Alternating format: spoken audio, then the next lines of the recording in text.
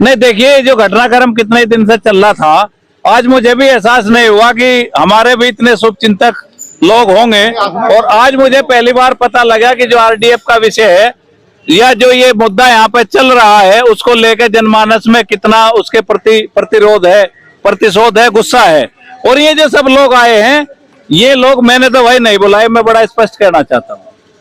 मुझे कल बाबा जी की एक वीडियो सबने आपने देखी होगी, उन्होंने एक वीडियो जारी की थी कि भाई मैं कल मुजफ्फरनगर जाके ये जो एक दूसरे पे छीटा कसी और इस तरह की बातें चल रही है, और ये कचरे को मुद्दे को लेकर जो माफिया सक्रिय हो गए हैं और कार्यकर्ताओं को धमकी देते हैं, पत्रकारों के साथ बदतमीजी करते हैं। ठीक है, छोटा आदमी नहीं लड़ सकता आपसे, लेकिन समूह तो लड़ सकता है। तो साथ ही इन विषय को लेकर जिस तरह से कल आरोप लगाए गए, और वो जो आरोप लगाने वाले हैं वे उनके आपराधिक इतिहास हैं, और आपराधिक इतिहास के लोग जो है कप्तान साहब को आकर ज्ञापन देते हैं, तो बड़ी शर्म की बात है। ट्रांसपोर्टर का चोला ओढ़ के उनसे ये तो पूछ लो कि उनके पास कितने ट्रक हैं, किस नाम से उनकी ट्रांसपोर्ट पंजीकृत है। तो इन सब विषय को लेकर ये सब लोग आज यहाँ पे आए हैं। हालांकि जब मैं शामली में था उस समय जब मुझे पता लगा, फिर वहां से मैंने लौट कर आया और सब लोगों को कहा कि भाई एक शांति के दायरे में और एक दायरे के अंदर रहते हुए अपना काम करें, क्योंकि कानून, हमारा काम है किसी मुद्दे को जनमानस में पैदा करना।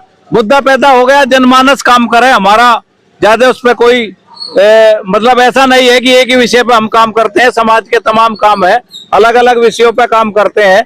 लेकिन कुछ लोगों जो द्वारा जिस तरह से आक्रामकता के साथ ज्ञापन देके ऑन रोड पे, वो वीडियो रिकॉर्डेड है किस तरह से वहां पे बदतमीजी की गई, तो ये इंटेलिजेंस का काम भी है कि यहाँ के प्रशासन को, पुलिस को रिपोर्ट देते और इस तरह के लोगों को चिन्हित करके कार्रवाई होती। तो आज सब लोग इस यहाँ पे एसएसपी साहब के यहाँ आए हैं, उनका एक ही मकसद है कि भाई धर्मेंद्र मलिक पे 10,000 रुपये रंगदारी मांगने का आरोप लगाया गया है। ये बोर्ड है, ये आप देख सकते हैं।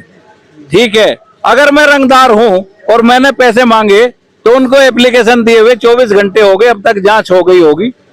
उनको जो है फिर मुझे गिरफ्तार करना चाहिए। जितने यहाँ लोग हैं इनको बता दे कि जांच में पुष्टि हो गई है पैसे मांगने की, मैं जेल जाने के लिए तैयार हूँ। आपने गले में जो डाल रखा है, कब तक डाल कर नहीं, जब तक उस ज्ञापन पे पुलिस अपनी रिपोर्ट लगा के ये नहीं बता देती कि इसकी वास्तविक सच्चाई क्या है। अगर मैं गलत हूँ तो इस एप्लीकेशन पे लिखे और मुकदमा पंजीकृत करे। अगर दूसरे लोग गलत हैं जिन्होंने इस तरह की बात की है तो उसकी जांच करें। और एक निराधार बात कहने की धारा है आईपीसी में। जैसे वर्दी फाड़ देंगे, पेशा हटा देंगे, साइलेंसर फाड़ देंगे। यहाँ के एसएसपी साहब को चेतावनी दे दी गई है कि आपका जो कार्यालय यहाँ से हटा दिया जाएगा, मिटा दिया जाएगा। अरे भाई, ये तो जब आपस में बातचीत होती है, कोई सड़क पर ले गए किसी, ये ऐसी बात नहीं है। वो भी जैसे कह रहे थे कि भाई लाठीचार्ज करा देंगे, ये करा देंगे, ये आपस में, ये देखिए, ये प्रशासन और जनता सब एक ही है, एक सिक्के के दो पहलू हैं। ऐसा हमारा आदमी कोई इस तरह की बात वैसे नहीं करता है जो आप कह रहे हैं।